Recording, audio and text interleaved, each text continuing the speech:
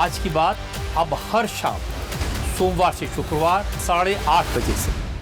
मैं एनडीए की बात कर लेती हूँ इस पे। रतन शारदा जी, मैं एनडीए की बात कर लेती हूँ। जो बात गुलाब चंद दुबे जी कह रहे हैं वो तो जब चुनाव नजदीक आएगा और फिर जब टिकटों के बंटवारे का समय आएगा तब मैं देखती हूँ ये एका कैसे किस तरीके से काम करती है।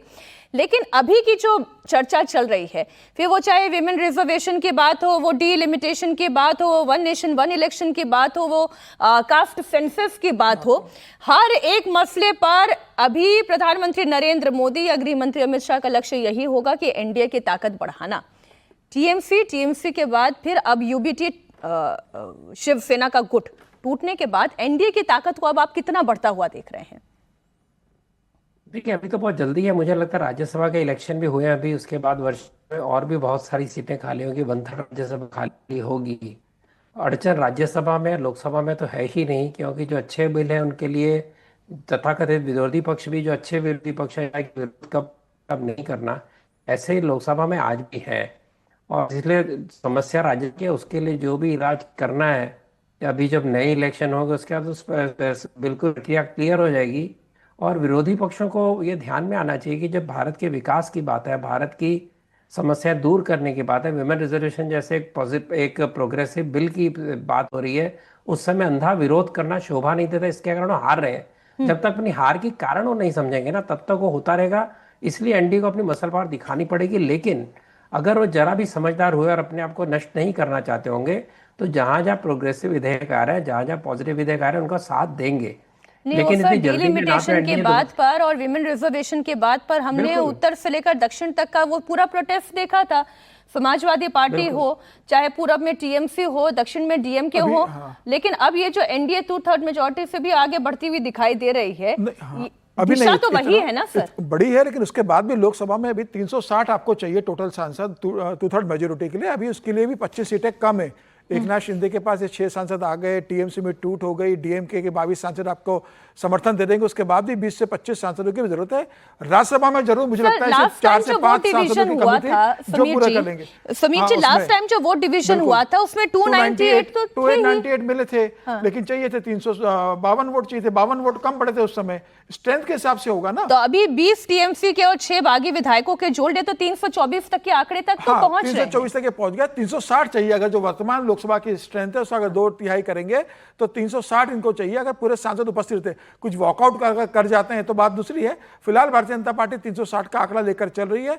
और मुझे लगता है कि आने वाले दिनों में हो सकता है कि शरद पवार के जो सांसद है राष्ट्रवादी कांग्रेस पार्टी के, शरद चंद्र पवार के, वो भी टूट सकते हैं। कुछ और सांसदों की टूट होगी, कुछ एब्सेंट हो गए। जब भारतीय जनता पार्टी को लगेगा, नरेंद्र मोदी अमित शाह को लगेगा कि 360 का आंकड़ा लोकसभा में हमने अचीव कर लिया है और हम ये बिल पास करा लेंगे, मुझे लगता है तब मानसून सत्र में लेकर आएंगे। और अगर लगता है कि मानसून सत्र में भी इतनी व्यवस्था नहीं हुई है तो फिर ये शीतकालीन सत्र में लेकर आएंगे। लेकिन ये बिल आना तय है। बस देखना ही है कि 1 महीने बाद शीतकालीन सत्र में आता है, मानसून सत्र में आता है, या फिर नवंबर दिसंबर में शीतकालीन सत्र में आता है। ठीक है। अच्छा, संजय राउत की गाली गलौज की भाषा में उनका फ्रस्ट्रेशन साफ दिखाई दे रहा है। महाराष्ट्र सरकार में मंत्री हैं संजय शिरसाट। उन्होंने कहा उद्धव ठाकरे को अपने सांसदों को संभालना था, वो संभाल नहीं पाए और अब संजय राउत अपने सांसदों को गाली देकर अपमानित कर रहे हैं।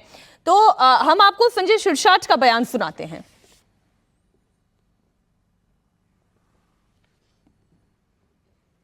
उद्धव ठाकरेंनी आमच्यावरती सातत्यानं भावासारखं प्रेम केलं, हे लोक कोण जात आहेत हे नाही।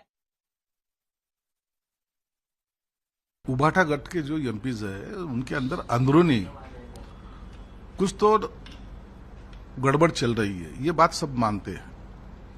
उन्होंने 14 तारीख को किसी की बैठक बुलाई थी, उसमें कोई खासदार एब्सेंट थे, वो वीसी पे थे ऐसे कहा जाता है। अब वो कहाँ है, वो लापता है, वो उनको भी पता नहीं। तो ये उनकी अंदरूनी बातें वो लोगों के ऊपर थोपना चाहते हैं। तो संजय राउत ने अभी आपने देखा होगा प्रेस में उन्होंने गाली दी। अरे वो एक जिले का नेतृत्व करते हैं, बहुत साल के पुराने लोग हैं, इतने साल से काम कर रहे हैं। उन्होंने भी तो उनका जीवन व्यतीत किया है इसमें पार्टी में, कि एक दिन में उठ के वो एमपी बन गए।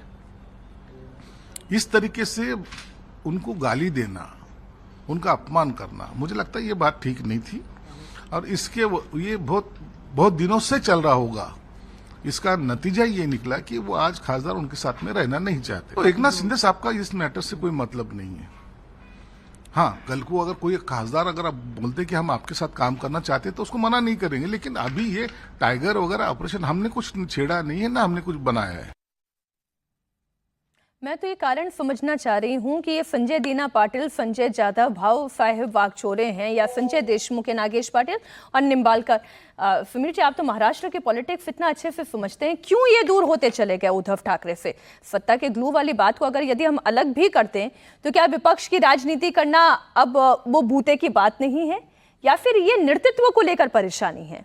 देखिए, मेरे पास सारी समस्याएं आपको एक साथ देखनी पड़ेगी, आपको पार्टी का संगठन भी अगर देखना, और मुझे लगता है कि अब विपक्ष को ये देखना पड़ेगा कि प्रधानमंत्री नरेंद्र मोदी, अमित शाह जिस तरीके की राजनीति करते हैं, संगठन के लिए 24 घंटे काम करते हैं, पार्टी संगठन कैडर के लिए काम करते हैं, जमीनी स्तर पर पार्टी को मजबूत करने के लिए काम करते हैं, पार्टी को भी उसी तरीके से 24 घंटे, चाहे वो उद्धव ठाकरे, अखिलेश यादव हो, तेजस्वी और राहुल गांधी है, प्रधानमंत्री नरेंद्र मोदी और अमित शाह की राजनीति वो सीखना पड़ेगा कि 24 घंटे कार्यकर्ताओं के लिए कैसे उपलब्ध रहे, 24 घंटे की राजनीति कैसे करे, संगठन को मजबूत कैसा किया जाए, कैसे चुनाव लड़ने की रणनीति तय की जाए, कैसे सत्ता में आने के लिए रणनीति को तय किया जाए। जब तक आप ये सीखोगे नहीं, अमित शाह जी के जैसा काम करने की शक्ति आपके अंदर नहीं आएगी, आप आज की तारीख में राजनीति नहीं कर सकते।